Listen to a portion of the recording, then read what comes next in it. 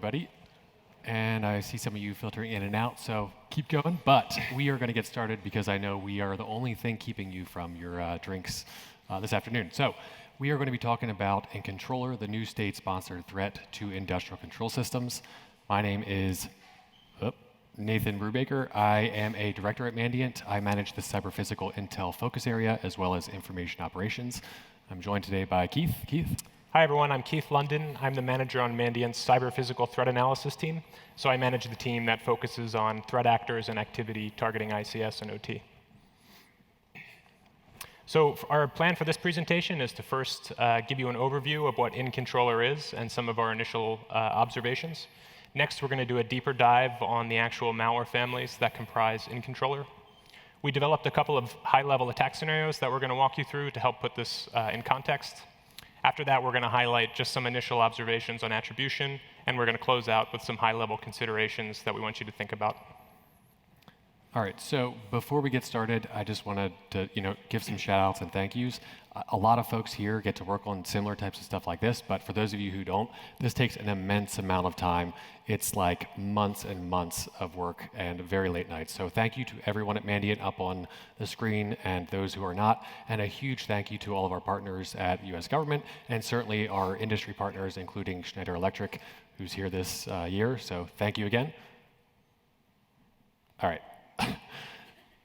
So, as background, before we kind of jump into things, I wanted to give a bit of, I get a lot of questions on Twitter from customers, so on and so forth, about honestly, from this all the way back to Triton, who's the victim, where did this come from, all that kind of stuff.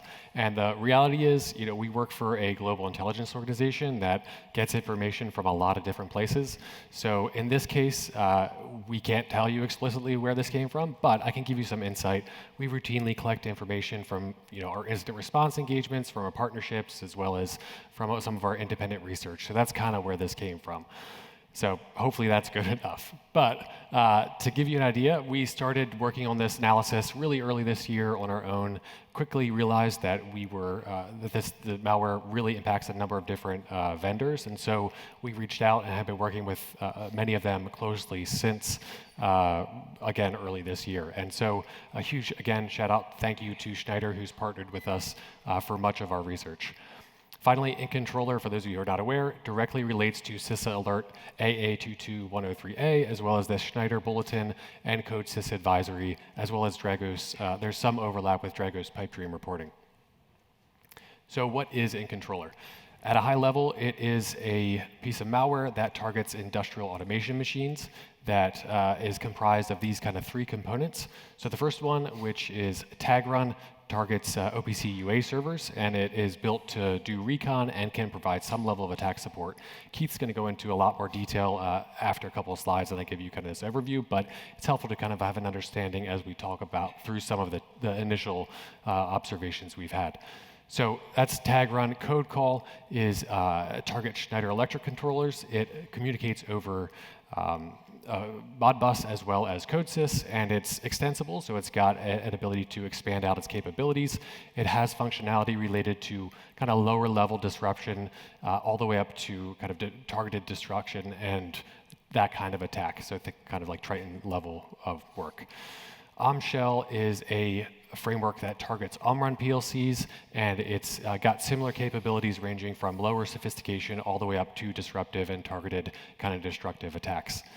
So that's what falls under Incontroller for us. We also track this ASRock driver exploit and what we call ICE Core, which is a kind of IT-focused command and control / recon tool that Keith will go into a bit more detail. I think Dragos tracks this all together under their PIPEDREAM name. We have reason to not do that, and so we kind of separate these out. To give you an idea about, for you visual learners, but also to kind of understand how this all plays together, we juxtapose it against our version of the Purdue model. So you can take a look up at the top here. Tag run, again, targets OPC UA servers, so it kind of falls into 3 and 4. Then if you look at the exploit and ICE Core, pardon all my fancy graphics here, but those kind of could be used from level 2 all the way up to level 4.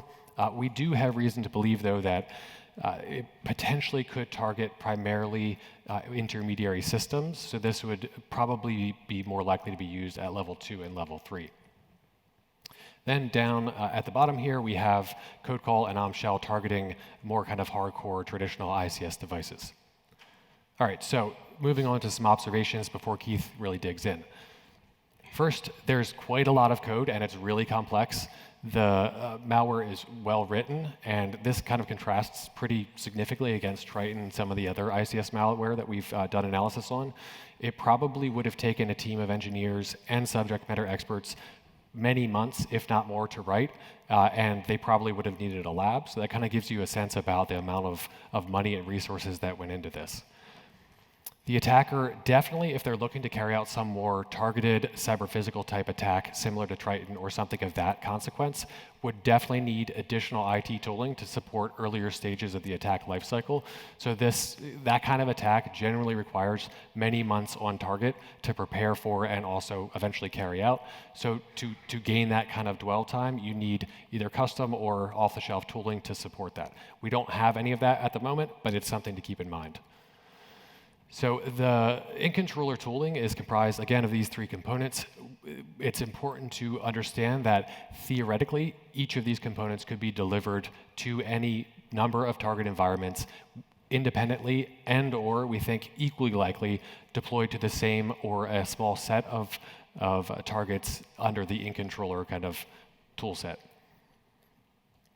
So I mentioned before the code is extensible and modular, at least parts of it are, and this provides the actor with the ability to pretty easily increase the number of targeted devices as well as increase the capability and functionality. We actually have reason to believe that the actor intended or has already built additional functionality to support their efforts. So devices that are targeted explicitly in the code and also stuff that is kind of impacted based on overlapping technologies and things like that are generally present in kind of machines that are that are sold by a reseller or something like that. So an asset owner may not actually know that they have these devices in their networks, which is something certainly to consider.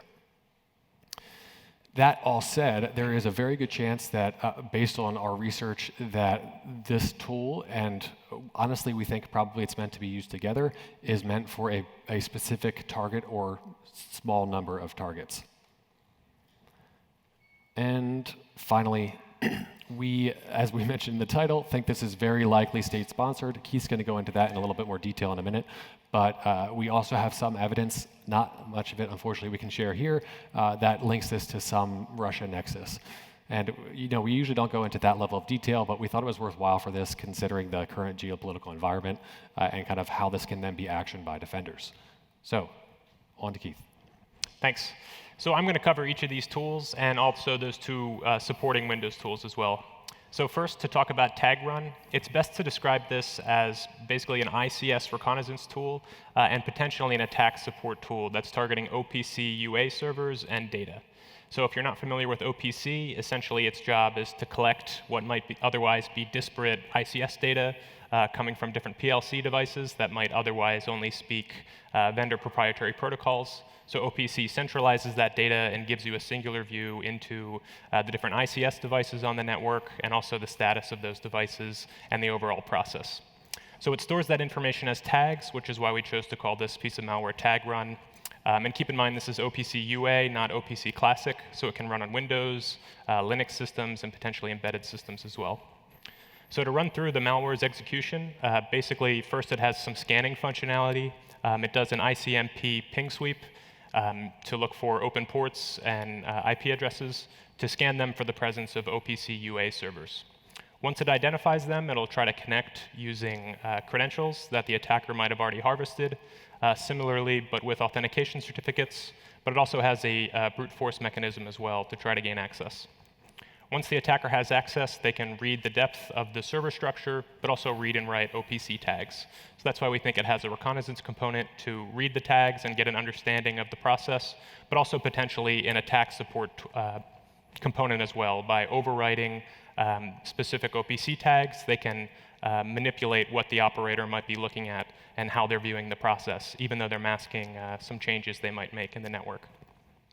So the implications of this activity are really similar to the OPC DA component that's in Indestroyer, and there's a lot of really great literature open source literature on that topic. So I encourage you to read there further if you want some more information. So next I'll cover code call. So this is a disruption and attack tool that is targeting some Schneider Electric PLCs. I think this piece of malware requires the most nuance to appropriately discuss. At its highest level, it's actually a framework for interacting with Modbus-enabled devices, but it's extensible with additional PLC-specific device attack modules. So when we say that Incontroller is extensible, we're primarily referring to this tool. So first, to cover the Modbus component, it's pretty straightforward. It can scan and connect to Modbus-enabled devices, and then read and write specific device registers. So if you overwrite a Modbus register, that can impact how the PLC is executing, ultimately resulting in some potential change to the physical process that it's controlling. More interestingly, so there is a device module that's targeting the Schneider Electric TM251 PLC. So there's a similar kind of identification component where it will scan for Schneider Electric devices. Then it'll try to connect to that device using Schneider Electric's Machine Expert or So Machine protocol, which is essentially their implementation of CodeSys, the programming software. So that's why we called this code call, because that's a really widely used programming language. So it'll try to connect using a brute force mechanism. It has a hard-coded dictionary list that it uses passwords from to try to log onto the device. If it successfully connects, it essentially has engineering workstation-like capabilities. So it can change the device configuration, it can change the control logic, ultimately affecting how the physical machines are operating. Lastly, it does have some additional disruption capabilities. For instance, there's a denial of service capability, there's a separate crash function, and there's some simpler capabilities like file deletion. So next, I want to distinguish between the devices it's actually targeting versus those that it's impacting. So aside from the Modbus functionality, all of those other components are implemented in the context of a device attack module. And the only module that exists is the one for the TM251 PLC, which I'm showing here in the center of the presentation. So this is a pretty versatile PLC. It can be used for a number of different applications. Schneider describes it as supporting modular machines in distributed architectures. There's also some use cases for substation automation. So it's a pretty versatile PLC, and that is the only major attack module that we've identified. Although we did find a second reference to a device module, which is targeting the TM221 PLC, which here I have shown on the left side of the screen. I'm showing some of the specs just so you can compare amongst those two devices, but essentially it only has a fraction of the RAM and flash memory capacity. It's for much smaller use cases, and Schneider Electric describes this as supporting simple, repetitive machines. So lastly, there's also a component that targets the TM258 potentially. In the hard-coded list of usernames and passwords, it references that M258 username, and it tries to log on using that username. So that could be indicative of targeting that device as well, although we didn't identify an attack module for that device.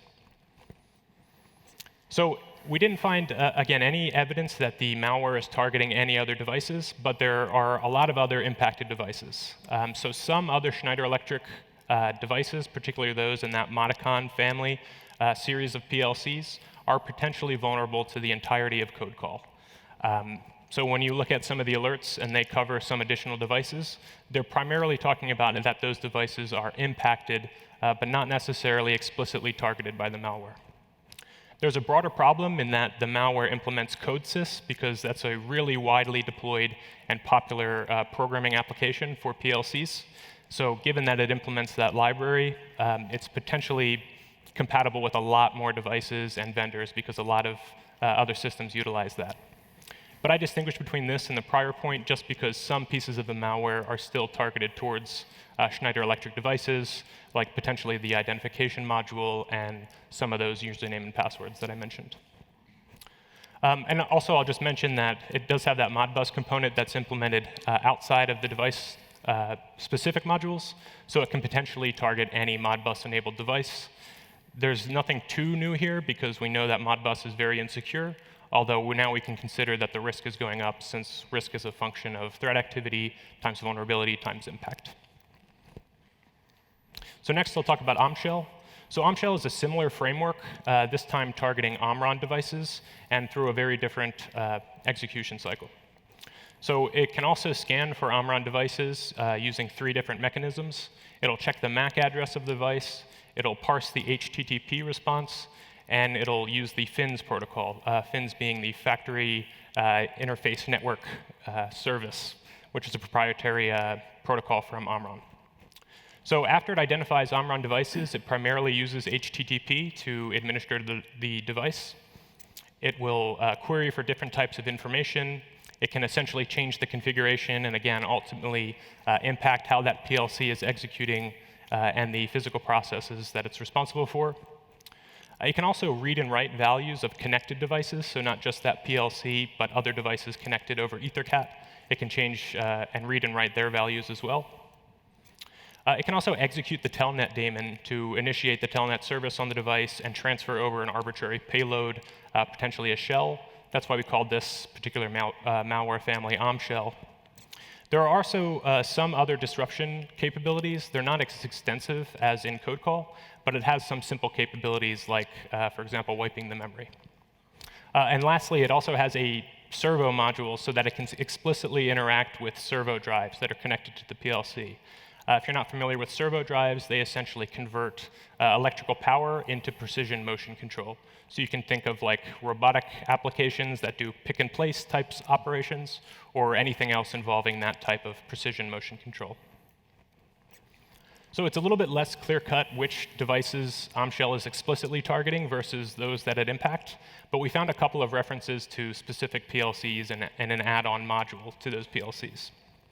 So in a couple of places, it references this NX1P2 and NJ501 series of PLCs. This is actually the CPU unit of like more of a modular PLC solution. So these are both also involved in advanced motion control applications, with one of them being more for compact solutions and the other being a bit more versatile for larger or faster solutions. There's also a specific reference to one servo module, servo drive. And Omron actually offers 22 different Omron servo drives in this R88D family of servo drives. And we just see a reference to one particular one. So that could be indicative of reconnaissance into some targeted victim, or it could just be a reflection of the attacker's testbed environment. So I also mentioned that Omshell does its initial identification by doing some MAC address comparisons. And I wanted to list here some of the different, actually the Omron-specific MAC addresses it looks for. So one is related to their electronics division, but there are also 2 specifically looking for the healthcare division of Omron. So while that's a little bit lower fidelity in terms of explicit targeting, I think it's worth noting to highlight the range of potentially impacted industries. So next to talk about other impacted devices. So again, the primary protocol is HTTP that it does to administer the device. So potentially any other PLCs that Omron makes that are primarily administered over HTTP could potentially be impacted and or targeted by this malware. Unfortunately, Omron doesn't have a lot of documentation that talks about their HTTP protocol or API availability for some of the PLCs, but we know that there are others in the NJ and NX series of PLCs. And so again, when you see some of the public reporting listing other Omron devices, I think they're referring to impacted devices, and again, not necessarily explicitly targeted by the malware. And I think that's a distinction worth making. So we know some of those devices potentially supported as well, but there could be others from Omron, and that's an area of ongoing research. So lastly, I'll cover those 2 Windows tooling devices that we mentioned as well. So one is a pretty straightforward implementation of an exploit targeting the AS-ROC driver. Again, it's straightforward, so we didn't bother to classify this in a malware family, but potentially this could be used in the IT or OT network with, again, potentially some types of systems in the OT network actually leveraging this motherboard. The more interesting tool is IceCore. That's a commanded control and IT/OT reconnaissance tool. And here, when I say reconnaissance, I'm talking about the traditional network intrusion level reconnaissance, where the attacker is looking for different systems and assets on the network to exploit them and gain further access. So again, this is a command and control tool. It implements CNC over SSL, and it has a couple of different capabilities related to, for example, doing WMI and enumerating directories. So next, Nathan will talk about some high-level attack scenarios that we developed to kind of elaborate on these tools. Yeah, thanks, Keith. So, we have limited information on what the attacker's intent is related to Incontroller, so we thought it'd be helpful to kind of mock up some different scenarios to give you an idea about what is theoretically possible with the tech. So in each of these cases, well, first of all, if you want more information, we're going to be pretty high level on this. Check out our blog. We go into a bit more detail. But for each of these scenarios, it kind of expands from a lower sophistication scenario 1 up to destruction in scenario 3.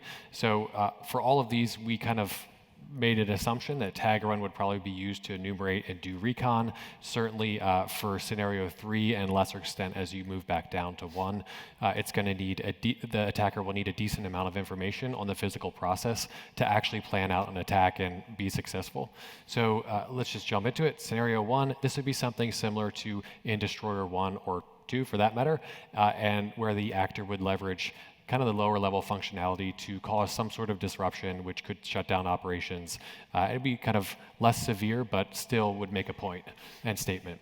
Scenario 2 is similar to Stuxnet, for example, where the actor could carry out some sort of industrial sabotage and then leverage tag run's functionality to potentially hide that and let it carry on for a long period of time, something like that. Scenario 3 would be akin to Triton, for example, where the actor could leverage Omshell to target specifically Omron safety PLCs, leverage that access to allow for an unsafe state to persist, and then go back and leverage other accesses and capabilities to actually make that unsafe state occur, which could then spiral into some theoretical physical destruction. This is similar to what we expected in Triton from that kind of attack perspective. So let me pass it back over to Keith for attribution, and then we're going to wrap up with a couple of takeaways. Yep. So when we did our reverse engineer of Incontroller, we didn't identify any obvious overlaps with any previously tracked groups. So right now we're tracking this as a new cluster of threat activity. We think it's very likely that this is state-sponsored for a few different reasons. One, it's a really complex tool. Two, it probably required a significant amount of investment in terms of expertise and resource costs. And three, there isn't really a obvious utility that other financially motivated threat actors would be motivated to use this tool for. So it's very likely state-sponsored. We found some initial circumstantial evidence that this is a Russian nexus. Unfortunately, we can't share too much information about that publicly at the moment. But I think it's worth mentioning given the current geopolitical context and the history of Russia's threat activity targeting ICS. So here we're displaying kind of a high-level history of a lot of what they've done. And basically to cover it, since 2014, we've seen them target ICS through a number of different espionage campaigns, cyber-physical attacks. Sometimes the malware is leveraging specific ICS exploits. So for instance, PiPEDREAM back in 2014, this is some of what was covered in the Department of Justice indictments that were released last month. In 2015, they leveraged black energy to target different types of internet-exposed HMIs. There was multiple attacks targeting the Ukrainian power grid. So there's a long history of Russia's attacks targeting ICS. More broadly, a lot of the capabilities that we found in Incontroller are consistent with some of those attacks. So for instance, in the different Ukrainian power grid attacks, they did some ICS manipulations, followed by a lot of discrete disruptive events, wiping Windows systems, wiping Linux systems, wiping embedded assets, bricking serial to Ethernet converters. So the overall strategy they've employed in some of those attacks is really consistent with the capabilities that we're seeing in Incontroller. So we wanted to end with some high-level considerations, basically open-ended questions that we think are worth thinking about. So the first one would be, is how should we consider the threat posed by Incontroller? So for example, is this targeted towards some specific victim, like certainly was in the case of Stuxnet, but also potentially in Triton? So you might recall in the Triton incident that the actor got control of the ICS network and basically immediately deployed Triton, which was tailored to a specific make and model of a safety controller. So I mentioned a couple of times throughout this talk that there are some very specific devices that this malware currently seems weaponized toward. So that could be indicative of some type of reconnaissance into some particular victim's environment. Now, alternatively, we could view this as a capability. So rather than focusing on the devices it's targeting, think about some of those protocols that it implements, like CodeSys and OPC UA and Modbus.